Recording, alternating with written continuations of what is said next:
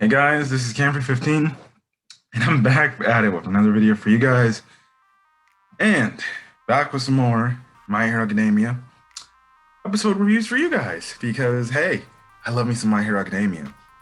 Even though you could say some of the mostly of the anime community doesn't really like this arc from what I'm seeing. A lot of people aren't liking this arc. Now I don't blame them. This arc when I read it wasn't my favorite when I was catching up to the manga. But I still think it's a pretty interesting arc with some pretty cool moments. I think the only reason why people are saying, whatever, this is cares is because they rather focus on what's going on in the outside world, which I don't blame them too. And then, they also want to find out more about the Deku. But again, when it comes to our main characters, you just have to wait for that stuff. It's gonna happen. You'll see it.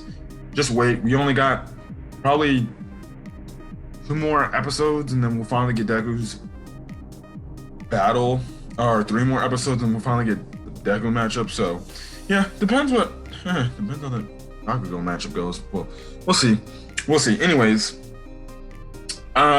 so this is My Hero Academia season 5, episode 7, I believe, if I'm right. If I'm wrong, I'll already put it in my thumbnail anyways. But anyways, obviously, after the conclusion to the Momo versus Kendo fight, the matches have to essentially be moved because there was too much damage around the area, because hey, these guys really destroyed the area and stuff like that. So they go to move as well as get a little bit of a rest break.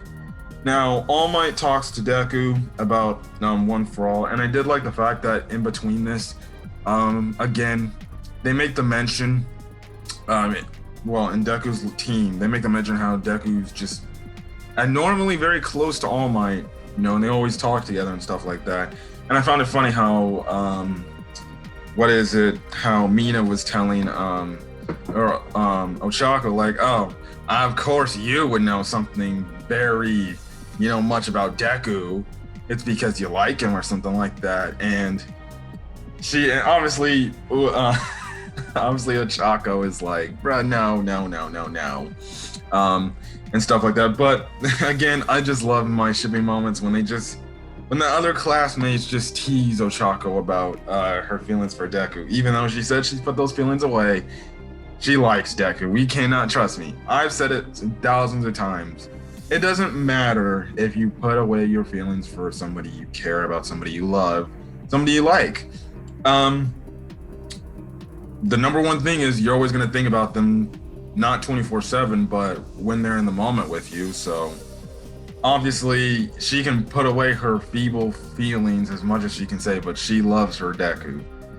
So yeah, hey, you can't get rid of that first love, but it's going to be interesting to see where that relationship goes. But I technically somewhat knows what's going on in the manga, but I'm not going to give anything right now at the moment. So now All Might talks to Deku to tell him if One for All has kind of been, acting weird as of late. And Deku's like, no, it hasn't been acting weird or fine. It's been 100% fine with me right now.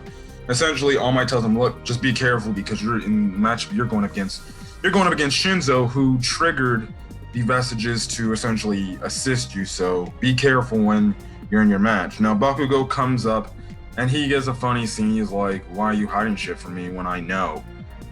Again, it's funny thing. The way he kind of consoles Deku is essentially his way. He's like, you're going to get stronger than me because I'm much more stronger than freaking I was last time we fought way back in season 3.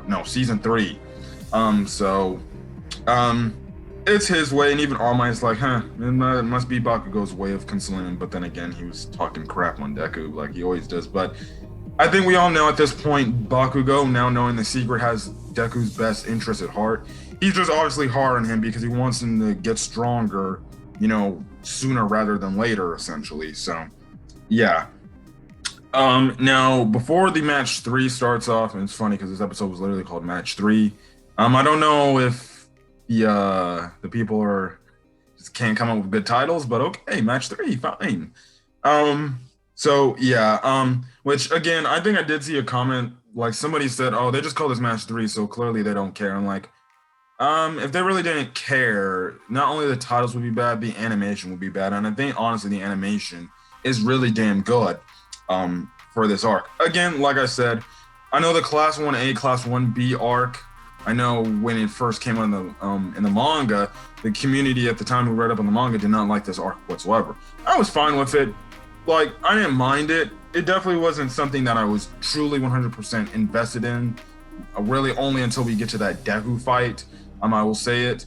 But I still thought it was a solid arc. I will definitely say, in terms of My Hero Academia arc, is it probably the dead? Like, I would say on my rankings, I still like this arc, but I've said it before on like a past review. I think in my episode 1 review or something like that, that this arc honestly is probably the weakest arc for me.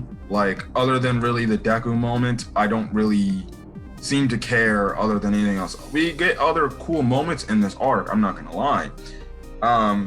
But more than likely you'll be coming out of this arc saying, yeah, the arc wasn't my cup of tea, and stuff like that, especially with the way how season 4 ended. I can understand why people are like, why are we going back to the school stuff when we could be getting world building stuff and things like that?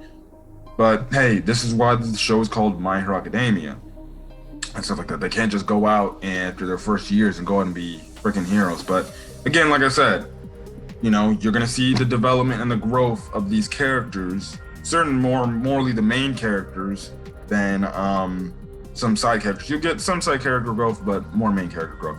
Anyways, Tokoyami talks to Todoroki, and he tells Todoroki, like, look, you're gonna have to avenge my loss I had, because we both train with the number 1 and number 2 heroes, pro heroes, so we need to withhold their, essentially, I guess you could say, their honor and respect, because we trained under them and stuff like that. So yeah, now they come back to a flashback where we see Endeavor training a young Shoto Todoroki, essentially pushing him to do this move.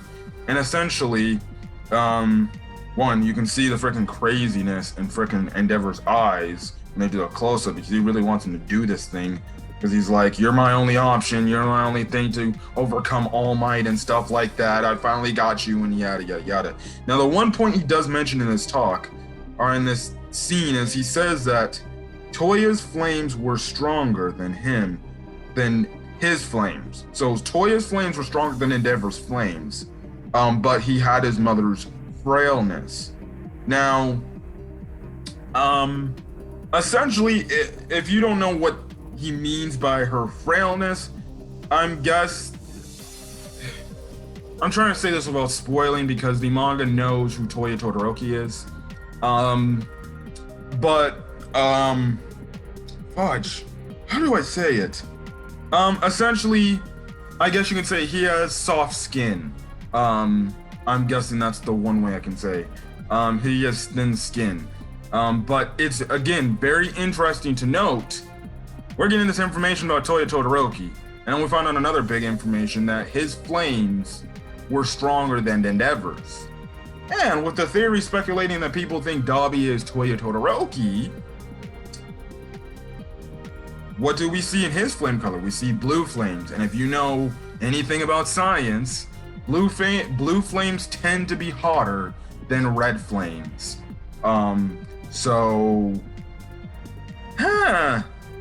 It seems like something's going on here, but I'm gonna leave that to what you guys want to anticipate. Ida actually talked about his brother. We find out that his brother's actually doing much better than we last saw him from season 2.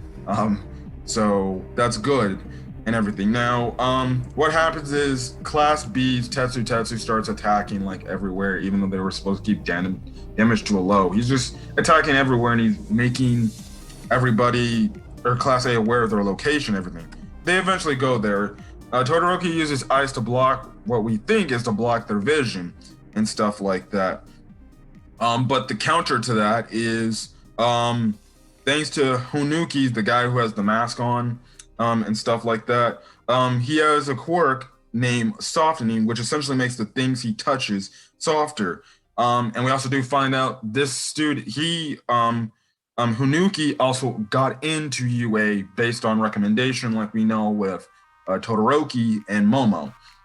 Which, okay, another interesting student we know that got in on recommendation. Clearly, we can see why, because he's essentially throwing Class A's or Todoroki's team off balance. They had a nice, standard plan, and because of the softening core, they essentially threw these guys off the third game, which goes to show you when you're not prepared, it's crazy. And that's when we see like Ida get stuck, and then Ojiro is just dealing with his thing, because eventually he starts dealing with Kaibara's quirk, and his quirk is Gyrate. Essentially, he's a guy with the black, I guess sleeves and little fingertip things.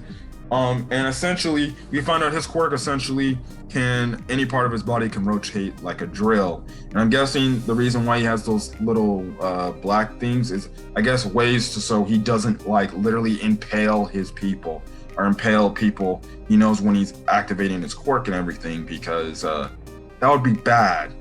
And stuff like that. Now we find out more about Pony's quirk. So this kind of episode was kind of just some little world building. It's like it's always like the first, episodes of these fights where, we get the background information in class 1B characters, and then we get the cool shit. Okay, yeah. Pony's quirk is no, she doesn't transform into a legit pony. Her quirk is Horn Cannon, and we also do find out she can speak English along with another character. Honuki can speak English as well, which is pretty cool. Her quirk is Horn Cannon, and essentially she can just send her horns flying, and she can control 4 of them when they released. She uses this to get Shoji away from Todoroki, because he was kind of doing the scouting thing. And then she uses it on Tetsutetsu to start attacking Todoroki and stuff like that. Then at the end of the episode, when it looks like, because essentially their plan was to split Todoroki up, or split the others up from Todoroki, so it would throw them off their game. And Todoroki, we know, isn't really a close combat type of fighter. It would make sense to split them all apart because it throws them off their game. And even though Class B freaking didn't really, like what Tetsutetsu was doing, they adjusted quite nicely, and that's all thanks to Honuki. He already had stuff prepared in case of what happened here and stuff like that. So that is one thing that is cool.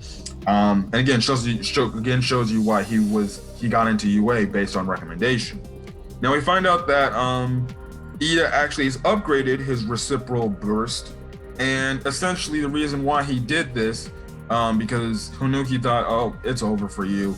But essentially we find out that we get a flashback where obviously Ida's brother tells him, like, look, if you take out your mufflers and train, you can essentially get stronger with your engine and everything, which I still find weird that, that there's legit engines in his legs. So I wonder, does his family actually have to drink gasoline or something like that? Because, hey, or would they have to feed it to the freaking engine part of it? But anyways, by doing that, he essentially he now has a new move called Reciprocal Turbo, essentially an improved version of his Reciprocal Burst, and he can use it instead. I believe the time limit he could use it at first was 5 minutes. He's upgraded that. Now he can go and use it for 10 minutes now. And that's where the episode ends off. And it's cool, Ida moment, because we haven't been getting an Ida moment. We really haven't had a badass Ida moment since season 2, to be honest. Again, I do like the fact that even though Ida doesn't get much of the spotlight, when they do focus on him from time to time, he does get some pretty cool moments. And stuff like that. And it was crazy when they were going back, because when he was taking out his mufflers, the dude legit had to actually take out the mufflers, and it actually hurts. That's essentially taking an engine out of a car, or taking the pipe off a car. If cars were living things and you took out the exhaust pipe out of it, of course it would freaking hurt for them. But it's damn, they really have to do that. We also find out that was they're a family passed down thing from their grandfather's days. So it makes sense to get Ida stronger and things like that. But I thought this episode was fine for what it was. We got some more background information of, I guess, the Endeavor stuff. Some things a little bit about how Dev is feeling about One for All. And then we get interesting, the interesting stuff about the quirks. Again, this was kind of just, the setup episode for the battle, the real true battle we're going to get next week in next week's episode. I'm not trying to say that it is doing these whole setup episodes where you build up the characters is, I'm not trying to say it's bad, but it's like, okay, after you get the formula, it's like, you can kind of speed this along. But then again, I did watch Chibi's reviewed video when he spoke on the fact, and I totally agree with him. I'm a manga reader. Where this arc is currently at, the anime is getting very close. Not very close, but it's getting close to the part where it's getting close to the manga. And I'm wondering if there's gonna be a point when the anime gets very close to what the manga is adapting off of, and there might have to pull, I would guess, a Black Clover, and that's the fact that My Hero Academia, the anime, might have to go on like a little hiatus break for how long till the manga gets far enough to where like, okay, we can start going back to going back to making these episodes and adapting from the manga content. Because no lie, the anime is actually like closer to what the manga is doing right now than I thought it was. Like, it's still a long way to go, but it's like, yo, this is actually getting close to the manga. And it's gonna suck for anime fans, because the thing is, the anime might have to go on a hiatus for the manga to get far enough ahead to before the anime can be like, okay, we can start doing anime episodes again. I just feel like that's what's gonna happen.